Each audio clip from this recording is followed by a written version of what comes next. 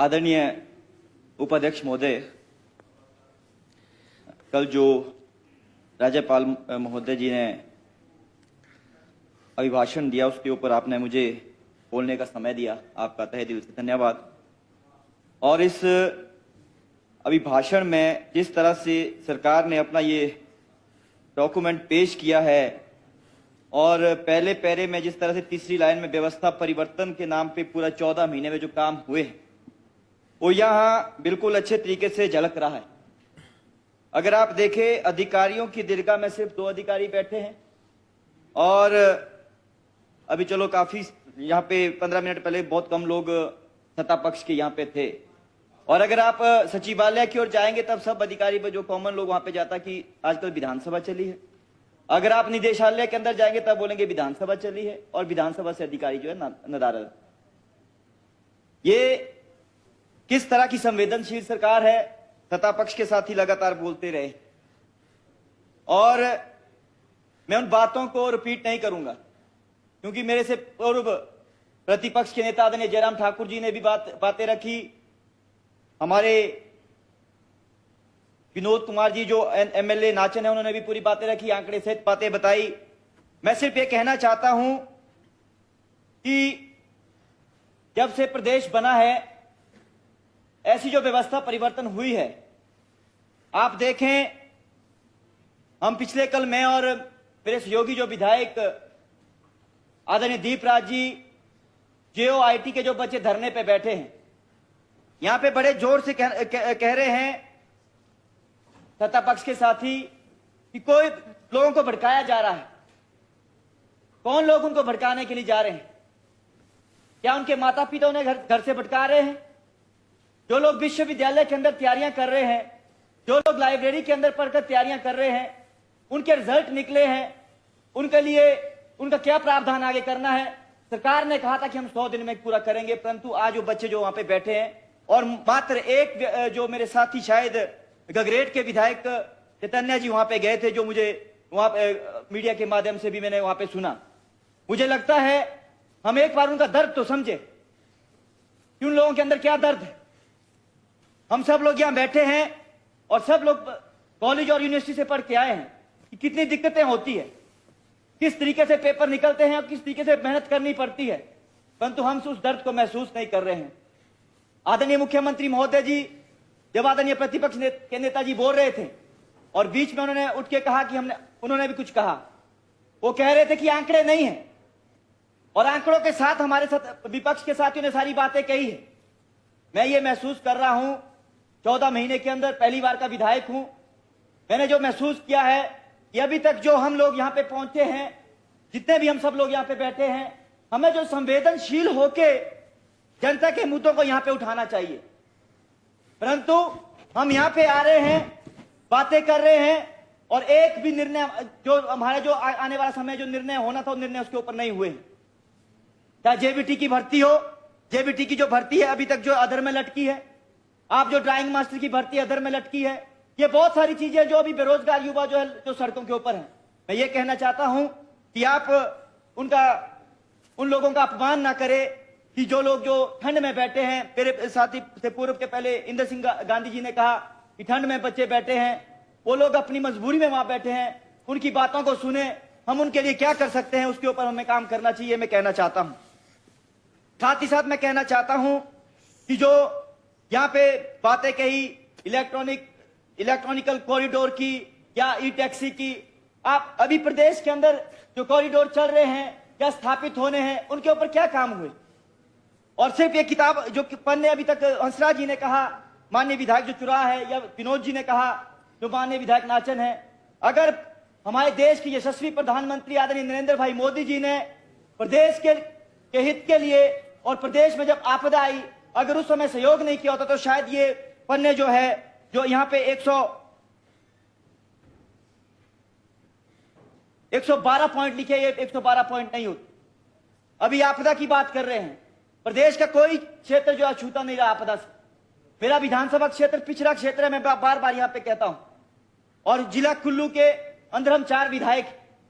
और अगर कहें कि आपदा के अंदर भ्रष्टाचार कहां नहीं हुआ है, मेरी पंचायत जो स्थानीय पंचायत है कमांद पंचायत है, मैं दावे के साथ कहता हूं, मैं व्यक्ति का नाम नहीं लेना चाहता हूं, क्योंकि वहां पे जाके हमारे पारिवारिक रिश्ते वो खराब हो जाएंगे।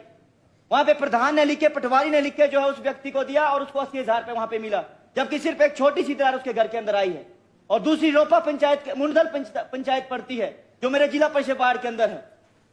उस पंचायत के अंदर एक हमारा कार्यकर्ता है, उस व्यक्ति का पूरा आधा घर चले जाता है और पटवारी रिपोर्ट देता है कि आपका घर अभी रहने लायक, और साथ में वहां पे खट बह रही है। ये कैसी व्यवस्था है? और यहां पे बार बार कहा जा रहा है कि आपदा आई। क्या पूर्व के अंदर जब आदरणीय जयराम ठाकुर जी की सरकार थी, जब 2 साल लगातार कोरोना रहा, महामारी आई, उस समय क्या ये महामारी नहीं आई थी? और आज हर बात पे जो रोना रोया जा रहा है कि प्रदेश के अंदर आपदा आई है, यहां पैसा नहीं है, वहां पैसा नहीं है। मैं कहना चाहता हूं, अभी यहां पे आदरणीय मुख्यमंत्री महोदय जी नहीं बैठे हैं, और जब मैं ये फंड की बात करता हूं, हमारे क्षेत्र में ब्राइडल पाथ के नाम पे जो पुराने रास्ते थे, अंग्रेजों के समय के रास्ते थे, पिछलेव जोत के नाम से बंजार और आंधी को जो जोड़ता है, निर्मल क्षेत्र को जोड़ता है, वहां पे ब्राइडल पाथ है। उसके नाम पे जो आगे दूसरे ब्राइडल पाथों के ऊपर जो लूट हो रही है, किन लोगों को काम दिए जा रहे हैं? और आज से पहले जब मुख्यमंत्री जी यहां पे जब विपक्ष के अंदर थे, वो कहते थे कि हम विधायक इंस्टीट्यूशन को जो है मजबूत करेंगे। आज जब जहां का मैं विधायक हूं या दूसरी जगह के जो विधायक है, जहां पे कांग्रेस के लोग हारे हुए, नकारे गए हैं, किस वजह से नकारे हारे गए हैं, उनकी जो आज के समय के अंदर उनकी सच्चाई जो सामने आ रही है। जितना भी बजट वहां पे हमारे क्षेत्र में कुल्लू जिला से जो हमारे बैकवर्ड एरिया का जो हमें पैसा मिलता है, ऐसे व्यक्तियों को दिया जा रहा है जो ना कि वार्ड मेंबर है, जो ना प्रधान है, जो ना जिला परिषद है, जो ना बीडीसी मेंबर है। सिर्फ कुछ व्यक्ति, एक दो जो लोग हैं, जो दोस्त कहे, मित्र कहे, सहयोगी कहे, हो सकते हैं आपके अच्छे दोस्त हो,